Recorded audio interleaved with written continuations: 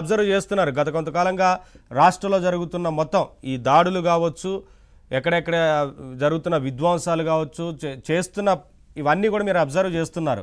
YCP తీసుకుంటున్న అంటే వారి వైఖరి, వారి స్టాండ్ ఎలా ఉందనేది ఏం చెప్తారు? ప్రభుత్వం తరపున అసలు మీరు చర్యల గురించి ఏం మాట్లాడతారు? నమస్తే అండి. ముఖ్యంగా ఏబిఎన్ రాధాకృష్ణ గారు ఈ మధ్యకాలంలో మాట్లాడినట్టున్నారు. నిన్న మొన్న టీవీ డిబేట్ లో కూడా ఎవరో ప్రస్తావించారు. జగన్మోహన్ రెడ్డి గారు కూటమిని భయపెట్టాలని అనుకున్నారు, దాంట్లో ఆయన సక్సెస్ అయ్యారు. సో దాని ప్రభావం ఒక 10 మంది 20 మంది ఎమ్మెల్యేలు తప్ప మిగతా వారందరూ ఎక్కడికక్కడ స్తబ్దుగా ఉన్నారు. అంటే 2029కి మళ్ళీ గవర్నమెంట్ ఫామ్ చేద్దామనే ఉద్దేశంతో అధికారులను సైతం, పోలీసులను సైతం, ఒక 20-30 ఎమ్మెల్యేలు మినహా మిగతా వాళ్ళందరినీ సైతం భయపెట్టాలనుకుంటున్నారు. భయపెట్టడంలో సక్సెస్ అయ్యారు అనే ఒక అద్భుతమైన స్టేట్మెంట్ ని అనౌన్స్ చేసినారండి. సో దాని ప్రభావం ఎలా ఉంటుంది అంటే, ఇందాక అంటే అరెస్ట్ చేయకపోతే ఎట్లా, ల్యాండ్ ఆర్డర్ లేకపోతే ఎట్లా, మీరెన్ని అభివృద్ధులు చేస్తే ఏంటి అంటే, అభివృద్ధి అందరికీ తెలియదండి. 2021లోనండి కేసీఆర్ ప్రభుత్వం గారిది చాలా గొప్పగా ఉన్నప్పుడు ఏబిఎన్ లో వెంకటకృష్ణ గారు ఢిల్లీలో సుప్రీంకోర్టులో ఆర్డర్ వచ్చిన టైంలో నేను ఢిల్లీలో లైవ్ లో ఉన్నానండి. ఉండి దిశ ఎన్కౌంటర్ కేసు అప్పుడు చూడండి సార్, మీ తెలంగాణ హైదరాబాద్ లో ల్యాండ్ ఆర్డర్ సరిలేదు కాబట్టి 100% మీ గవర్నమెంట్ కుప్పగూలిపోతుంది చూడండి అన్నాను. దిశ ఎన్కౌంటర్ లో ఫేక్ ఎన్కౌంటర్ చేసి అమాయకుల్ని బలి చేశారు, ల్యాండ్ ఆర్డర్ ని సరిగా పాటించలేదు, చట్టాన్ని చేతిలోకి తీసుకున్నారు, చూడండి మీ ప్రభుత్వం పడిపోతుందంటే వెంకటకృష్ణ గారు అన్నారు, అదేంటి రజనీ గారు, భగీరథ మిషన్ లేకపోతే ఇంకోటి తెచ్చి ఇంత ప్రభుత్వం సుపరిపాలన అందిస్తున్న టైంలో ఒక చిన్న ల్యాండ్ ఆర్డర్, ఒక కేసు గురించి ప్రభుత్వం ఎలా పడిపోతుందంటే చూడండి ప్రభుత్వం పడిపోతుంది. ఎంత అభివృద్ధి పదంలో ముందుకెళ్ళినా సాధారణ ప్రజలు ఓటేసేటప్పుడు ఆలోచించేది ల్యాండ్ ఆర్డర్. తప్పు చేసిన వాడి పట్ల కఠినంగా ఉన్నాడా, కర్ర పట్టుకొని నుంచున్నాడా, లేకపోతే పోనీలే మనకెందుకు, అతనితో గొడవ ఎందుకులు, ఒకవేళ అతను మళ్ళీ ప్రభుత్వం ఫామ్ చేస్తే మనల్ని ఏమన్నా ఇబ్బంది పెడతాడేమో అన్న ఉద్దేశంతో వెనక్కి తగ్గుతున్నారా అనేది ప్రజలు ఆలోచిస్తారండి. అంటే సాధారణ ప్రజలు అంటే ఒక 30% అడ్వాన్స్డ్ గా చదువుకున్న వాళ్ళు ఉంటారేమో, 70% చదువుకున్న అర్థం కాని వారు, చదువుకోని వారు ఉంటారు. ఆ 70% ఓటింగ్ కేవలం ల్యాండ్ ఆర్డర్ నే ఆలోచిస్తుందండి. అంబటి రాంబాబు గారు విర్రవీగుతూ ఆంబోతులాగా గుంటూరులో అరుస్తూ సిఐని బెదిరిస్తున్న తరుణాలు వీడియోల ద్వారా రాష్ట్ర ప్రజలు మొత్తం చూసినారు. కలెక్టర్ ఆఫీస్ దగ్గర జీతాలు పెంచలేదని, పెన్షన్లు సరిగ్గా రావట్లేదని ధర్నాలు చేసే వాళ్ళని పోలీసులు ఈడ్చి బయటపడేస్తుంటారు.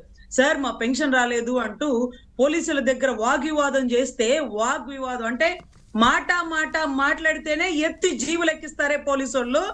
అంబటి రాంబాబు గారు ఏమైనా దిగొచ్చినారా? మాజీ మినిస్టర్ కి ఏమైనా వెసులుబాటు మా రాజ్యాంగంలో, ఐపీసీలో, బిఎన్ఎస్ లో ఏమైనా రాసిందా? ఏం వదిలేసినారు?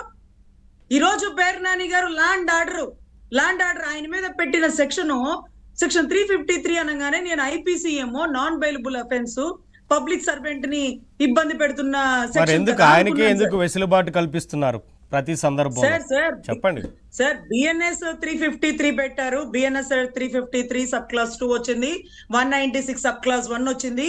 ఇవంతా కండక్టింగ్ ద మిస్చీఫ్ అన్నమాట, లేకపోతే ప్రమోటింగ్ ద వైలెన్స్ ఏదో చేస్తున్నారు, లేకపోతే వీటికి సంబంధించి రిలీజన్స్ కానీ, మతం కానీ, రేస్ కానీ, ఇంకోటి. సో ఇవన్నీ నాన్ బెయిలబుల్ అఫెన్సేనండి. ఇంత పబ్లిక్ గా మాట్లాడిన వీడియో ఎలా బయటకు వచ్చింది చెప్పండి? అంటే వాళ్ళల్లో వాళ్ళెవరు అంటే మీరేమైనా పట్టుకుంటారా? రిపోర్టర్లు ఏమైనా పట్టుకున్నారా? ఆయన మాట్లాడేది లేదండి, వాళ్ళే రిలీజ్ చేస్తారు. చూసారా, మీకు సింగయ్య టైర్ కింద పడింది ఎక్కడ వీడియో వచ్చిందో తెలుసా మీకు? అంటే ఎవరు ఇచ్చినారు? పోలీసులు పట్టుకున్నారు. ఎక్కడ పట్టుకున్నారు? ఎవరు ఇచ్చినారు? వాళ్ళే ఇస్తారు. వాళ్ళే ఇచ్చి మేము ఇలా చేస్తున్నాం, నీ చేతనేం చేసుకోపో అంటూ సవాళ్ళు విసురుతున్నారు. అది కూడా ఈ ఆడియో రికార్డింగ్ ఎలా బయటకు వచ్చిందండి? అసలు 70 years జర్నలిజం లో ఉన్న కొమ్మినేని గారు ఎందుకు రాజధాని రైతుల గురించి మాట్లాడారు? ప్రసన్న కుమార్ రెడ్డి గారికి ఎందుకు నోరు లేసింది? ఇవంతా కూడా డైవర్షన్ పాలిటిక్స్ లో మేము ఇంతే మాట్లాడతాం. మీరేం చేస్తారో చేయండి చూద్దాం అంటూ ఒకరిని మించి ఒకరు బయటకు వస్తూ విచ్చలవిడిగా మాట్లాడుతుంటే, చట్టాలు వీరికిలాగా, వీరికి మాత్రం ఇలాగే, వీరికి అసలు లేవు అన్నట్టుగా మీరు చట్టాల్లో వెసులుబాటు అంటే ఏంటి? ఇప్పుడు మీరు చెప్తోంది వారు మేము ఏమన్నా చేస్తాము, మమ్మల్ని ఏం చేయలేకపోతున్నారు, మిమ్మల్ని కూడా ఏం చేయరు, మీకు నచ్చినట్లు మీరు వ్యవహరించండి అని చెప్పి వారి కార్యకర్తలకు ఏమైనా డైరెక్షన్ ఇవ్వడం కోసం ఇవంతా ప్లాన్ చేస్తున్నారు అనుకోవచ్చా? అంటే ప్రభుత్వం మరి ఆ, చర్యలు సార్, తీసుకోకపోతే 100%, ఇంకా చర్యలు 100%. తీసుకోకపోతే ప్రభుత్వం ఇదే కంటిన్యూ అవుతుంది కదా మరి.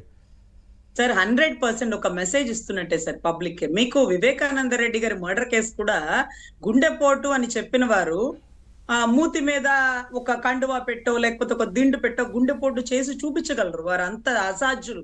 కానీ గొడ్డలితో నరికి ఎందుకు చూపించినారు అంటే అంటే మేమేమైనా